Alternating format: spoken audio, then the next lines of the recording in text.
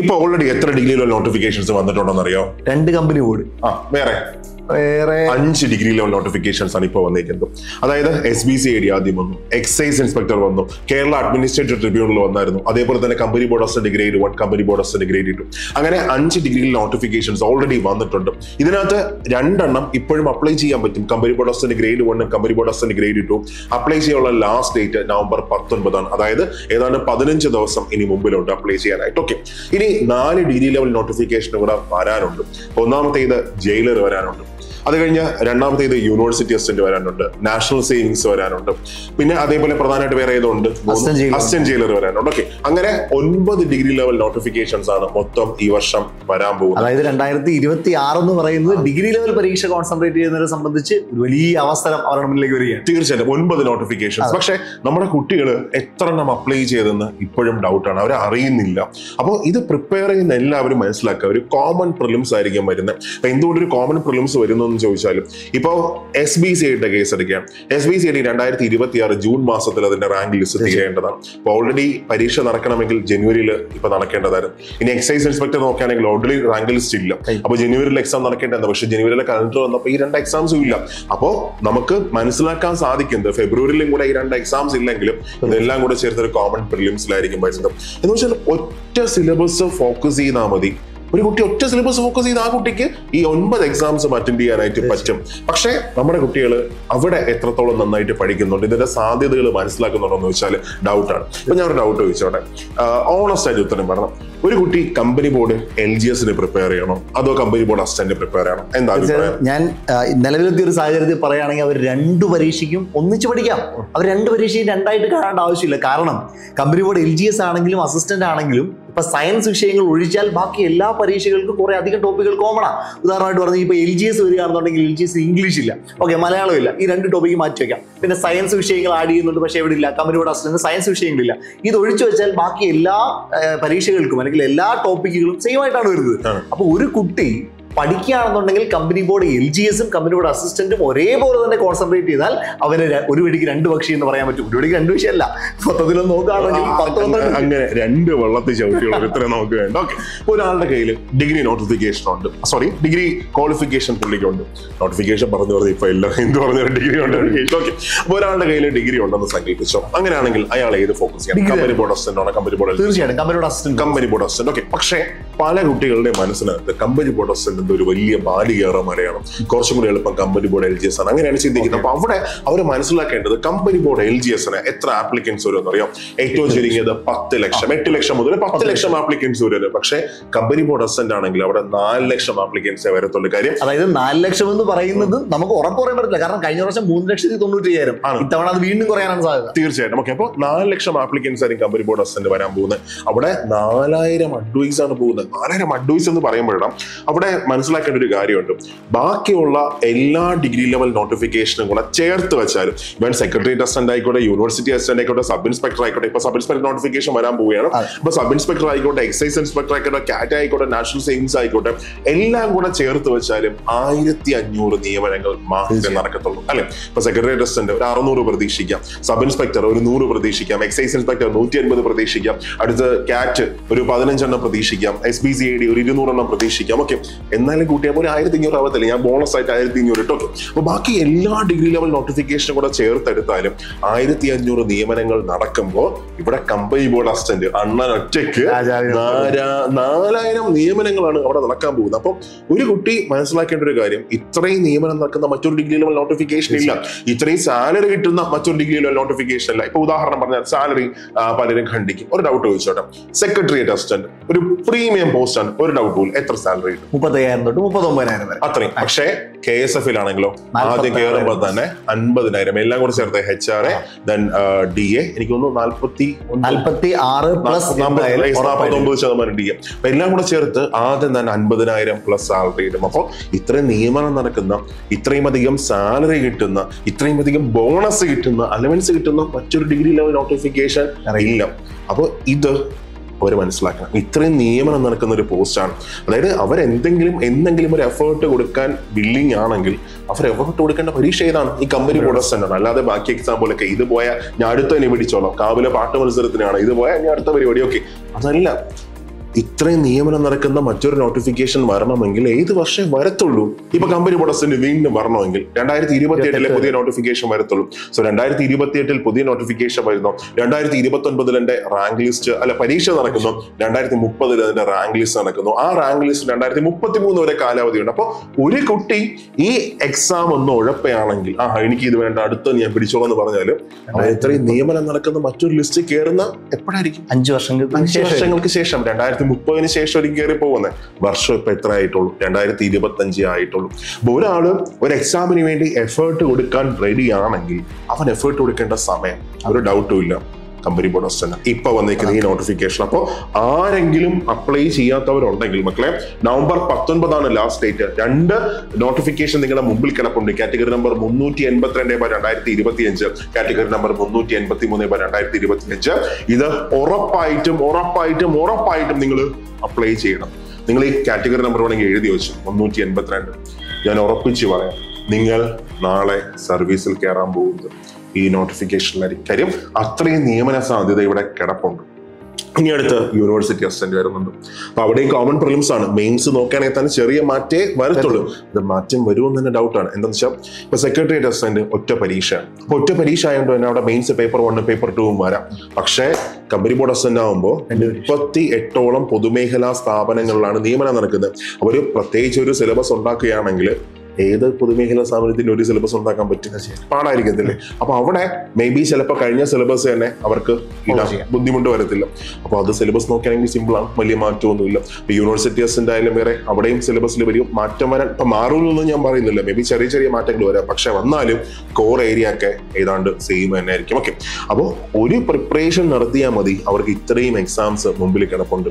Company board assistant ഉണ്ട്, university assistant ഉണ്ട്, ബാക്കി ഫോഴ്സിലേക്കാണെങ്കിൽ ആഗ്രഹമുള്ളവർക്ക് അത് തന്നെയാണ്. ഓക്കെ, ഇനി എന്തായിരിക്കും എങ്ങനെയായിരിക്കും അവരുടെ പ്രിപ്പറേഷൻ സ്ട്രാറ്റജി? അതായത് ഇത്രയും വലിയൊരു അവസരം ഒന്നിച്ചു വരുന്നത് കൊണ്ട് തന്നെ അവര് ഒരു പക്ഷെ ജോലി ചെയ്യുന്നവരാണെങ്കിൽ അവരോട് എനിക്ക് പറയാനുള്ളത്, കാരണം ജോലിയും പഠനവും കൂടി ഒരുമിച്ച് കൊണ്ടുവരാനായിട്ട് കുറേയധികം ആളുകൾ ശ്രമിക്കുന്നുണ്ട്. തീർച്ചയായിട്ടും നല്ലൊരു കാര്യമാണ്. പക്ഷേ ഈ ഒരു അവസരം, അതായത് 2026 വരാൻ പോകുന്ന ഈ ഒരു അവസരത്തിന് വേണ്ടിയിട്ടെങ്കിലും അവരവരുടെ മുഴുവൻ സമയവും പ്രിപ്പറേഷന് വേണ്ടി കൊടുത്താലും റിട്ടേൺ കിട്ടുന്ന ഒരു പരീക്ഷയാണ്. കാരണം നമുക്ക് കാൽക്കുലേഷൻ നോക്കാം, ചുമ്മാ ഒരു കണക്കൊന്ന് പരിശോധിച്ച് നോക്കാം. 4 ലക്ഷം പേര് പരീക്ഷ എഴുതുകയാണ്. ഞാൻ പരീക്ഷയ്ക്ക് അപ്ലൈ ചെയ്യുന്നവരുടെ കണക്കാണ് പറയുന്നത്, എഴുതുന്നവരുടെ കണക്കല്ല.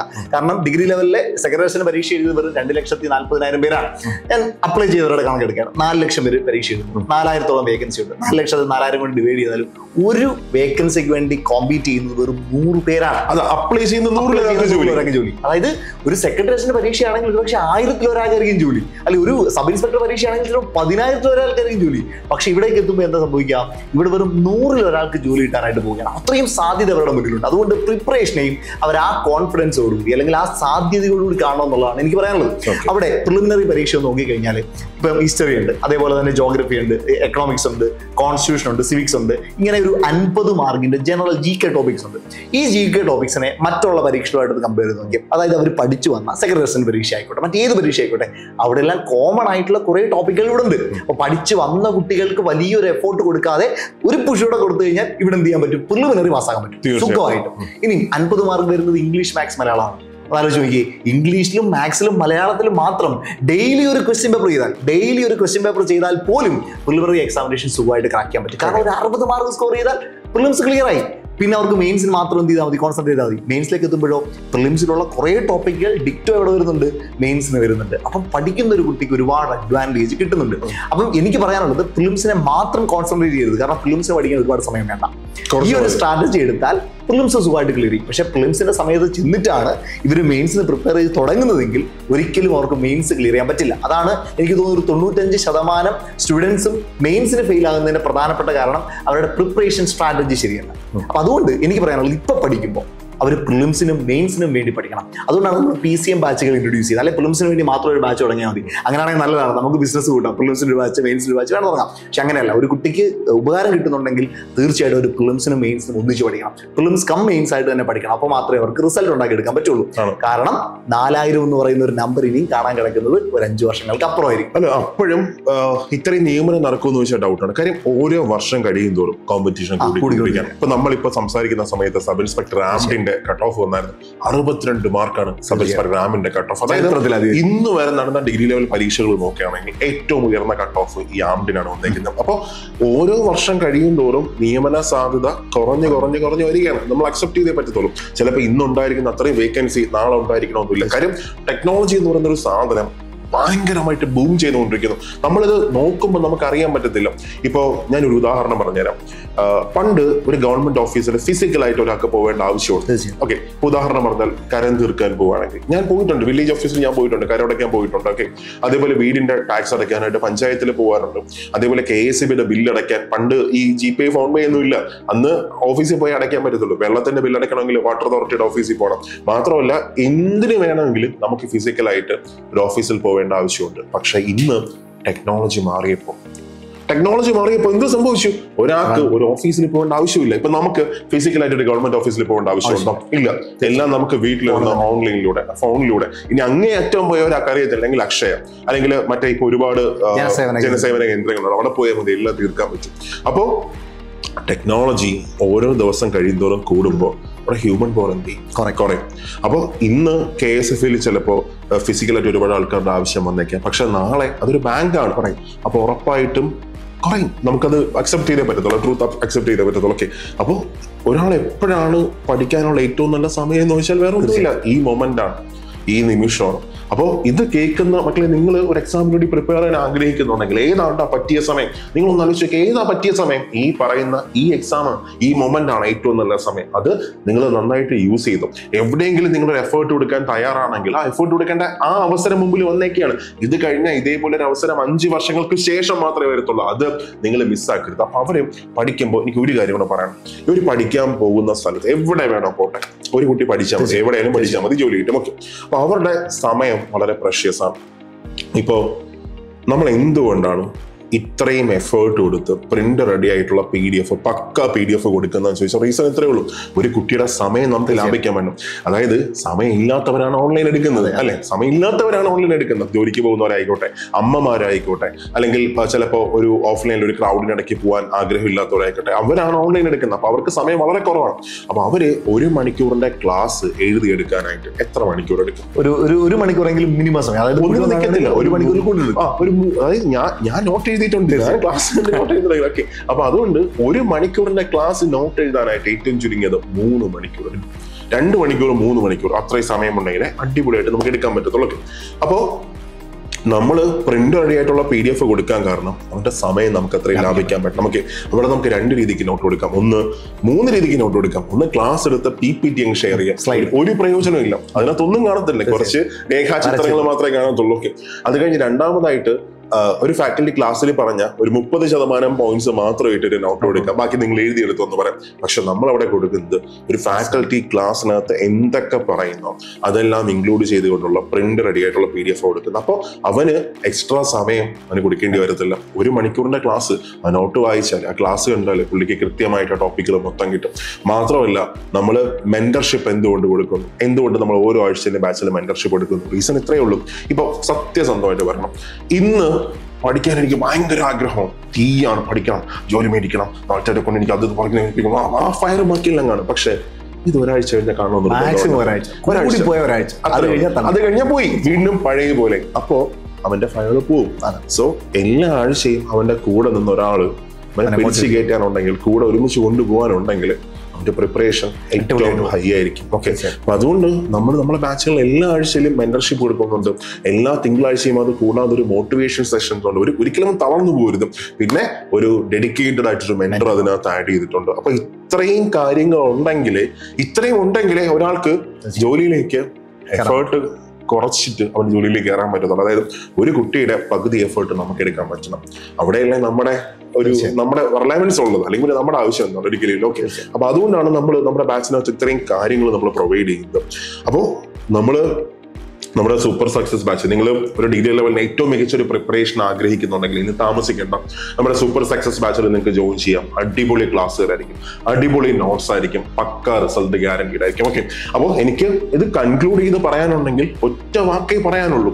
മക്കളെ, നിങ്ങൾ ഒരു എക്സാമിന് വേണ്ടി പ്രിപ്പയർ ചെയ്യാൻ ആഗ്രഹിക്കുന്നുണ്ട്.